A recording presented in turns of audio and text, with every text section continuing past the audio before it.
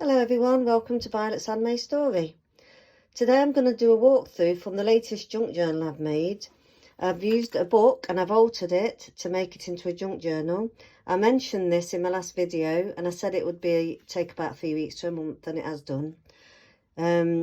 So this is the book.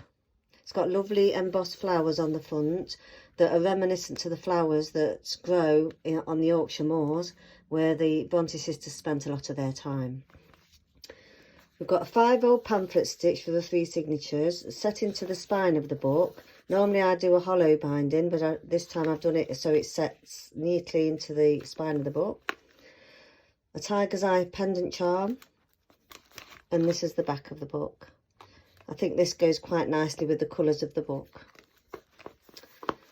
So there's 3 signatures and each signature is dedicated to one sister. So the first signature is dedicated to Charlotte, then Emily, and then the last one is dedicated to Anne.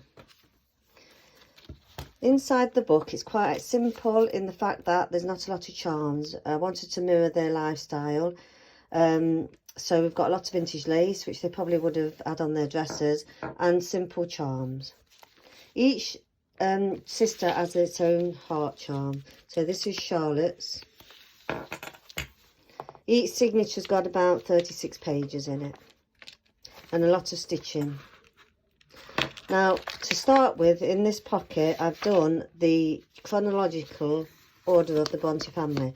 And when I went to visit the parsonage the first time in about 1979, I picked up a little book there, and I've used some of that book in this journal because I've been recently and they've got new books now, so I use that one. So this is just a chronological order of the Brontë family, so that you'll have some idea of when the sisters were born and when they died. They did have a brother, Branwell, but I've not included his work in here. He was more of an artist really than a writer, and he died quite young, as did all the sisters really. So we've got Charlotte's page begins with a little quote from Jane Eyre, and there's quite a few quotes from Jane Eyre and a few quotes from Villette in here. This is part of a letter from Charlotte Brontë to William Smith Williams, and it refers to the confusion of identity when they started to use men's names to get published, because that was the only way women could get published in those days, and how they changed them to match their own names. So Charlotte Brontë will call herself Cora Bell. I've got some old books that I've used in here. Keeping Pigs and Goats, because I think they probably did have some wildlife in their backyard for food. So this is a quote from Villette. And there's lots of little things in these pockets, ephemera and things. This is a quote from Jane Eyre. It's actually from the very first page. It's a famous quote. There was no possibility of taking a walk that day. And we've got little cards of, you know, places from Yorkshire there. They may have visited.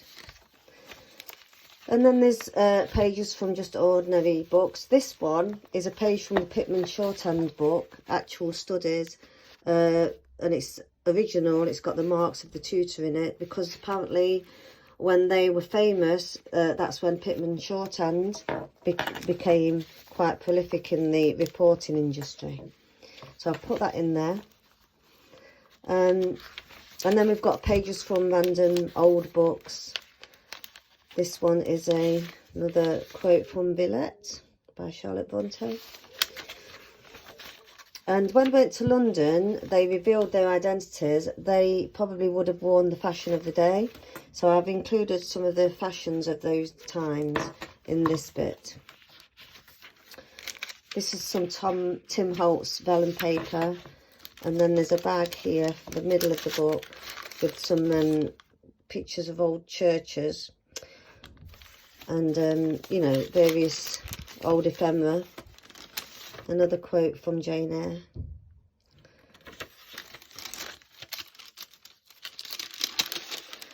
And this one is a recipe for Yorkshire pudding. As you know, they come from Yorkshire.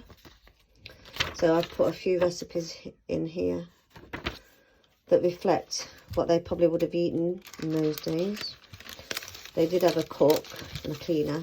And this is from the Bible, some excerpts from the Bible, because their father was the rector.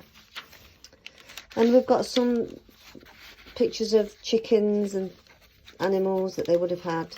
And this is the hairstyles of the day.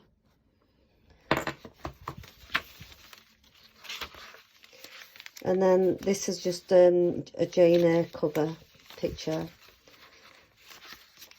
saying that this is taken from like the original cover of the first books when their names were men's names. So Charlotte Brontë was Corabelle. And then we go through the journal, and this is a page about Jane Eyre. Jane Eyre when she was 10 and Jane Eyre when she was 18. And then this is another bit from the Brontë Parsonage Museum. And it's a letter from her father, the Reverend Patrick Brontë, to Elizabeth Nussey, dated July the 7th, 1854. And it refers to Charlotte's wedding and the pleasure given by her friends on the importance of the date. And Charlotte did get married to the curate, and when she died, it was discovered that she was actually having a baby. And this is Charlotte Brontë. And this is in the National Portrait Gallery.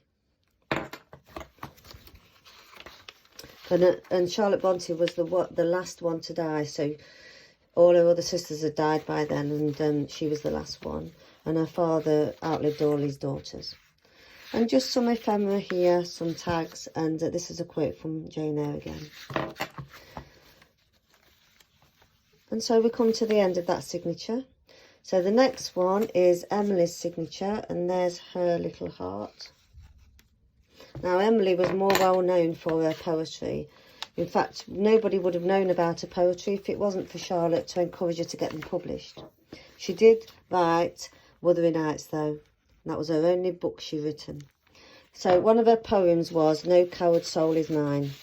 So I've included it in here because it just represents her spirit and how she felt about life in general. And she was a very faithful person and very religious person. So here we have an envelope, and it's fastened with a clip there. And inside the envelope there's lots of ephemera and quotes. It's a picture from the book.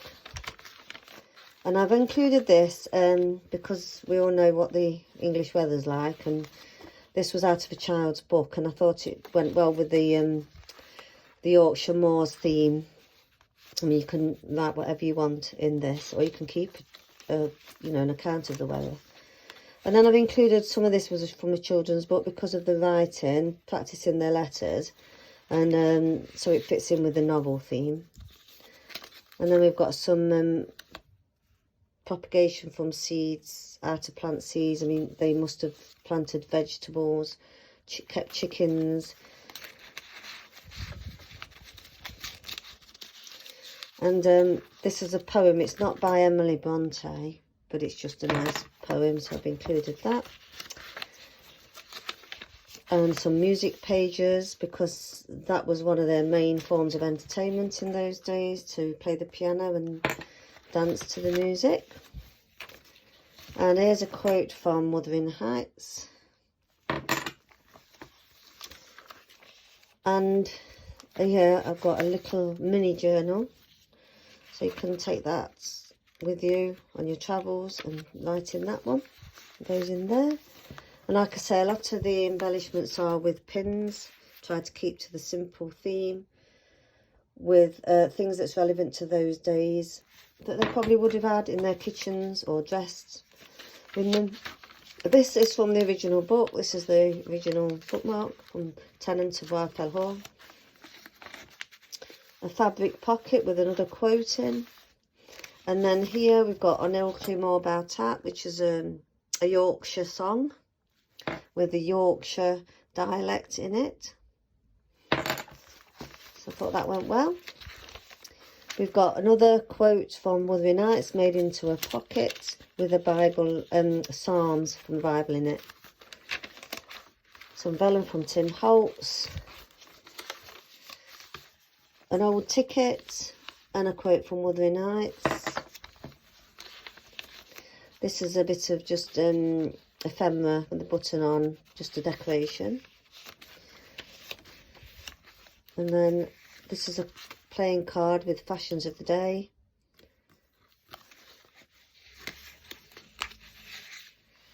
And this is from the Brontë Parsonage Museum book, which I picked up when I first went.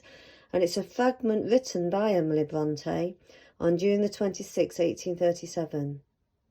Anne and Emily are shown seated writing at the table. You can see the originals of these in the Brontë Parsonage Museum if ever you wanted to visit that. And this is Emily's writing. And when they were young children, they used to write their novels in really small books, and you can see the books in the Brontë Museum. This is the other side to the weather chart. Some vintage lace, and just a pocket with a quote from Wuthering Heights and some information on birds. And then this is a linotype. When they had their books published, they probably would have been published like that. And that's the end of Emily's signature. And this is the beginning of Anne's signature, which has got a little heart there. And so Anne wrote the Wildfell Hall, Tens of Wildfell Hall novel. And her name as a man was Acton Bell. I meant to say that Emily's was Ellis Bell. So we've got a nice little large pin here that's holding a tag, which is holding some journaling cards, some writing papers, more about keeping pigs and goats. And this is the actual parsonage where they lived. And some say that that lady there could be Charlotte Brontë. But it's not been proven, but that's what they say. And that was taken in 1856. This is Anne Brontë. And I think they're saying that Charlotte did this picture. And it says here that you might find interesting. She said, on the last page of a letter from Anne Brontë to Ellen Nussey, said, "I wish it would please God to spare me, not only for Papa and Charlotte's sakes, but because I long to do some good in the world before I leave it." And 7 weeks later, she died in Scarborough. If you visit Scarborough, you can visit the grave where she was. Sorry, excuse me. A little bag with another little mini journal in.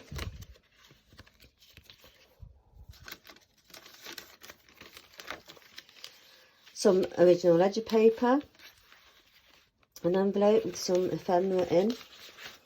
And I've included this in the centre page because it just looks like, I think, like a part of the moors in Yorkshire. They used to go and sit near a stream there to write their novels. And then some of the ledger paper turned into a pocket with some ephemera in, and then journaling cards that you can write on. That's the other side of the ledger paper. A little bag with some more ephemera in, things of interest. Lots of pictures of birds and nests. Enough pages to journal on. And this is interesting. To save money and paper, they used to write one way on one side of the paper and then carry on writing the other side. And on the back of this paper is an inscription to Anne from her sister Charlotte. So you can see this is the original one in the parsonage, and this is the church where they used to go and where most of the monuments are, and the father was buried in this church, and so is their brother, which you can see if you go to visit the Brontë Parsonage Museum in Yorkshire, in Arworth. And then we come to the back of this, and we've got a quote from tenant of Wildfell Hall, and Agnes Grey, which was another novel by Anne Brontë. And that's like a little cover, or going under the name of Acton Bell, when they didn't publish women's stories, and so they went under men's names to get published. And this is just from an old book about the language of flowers. And then we come to the end of the journal.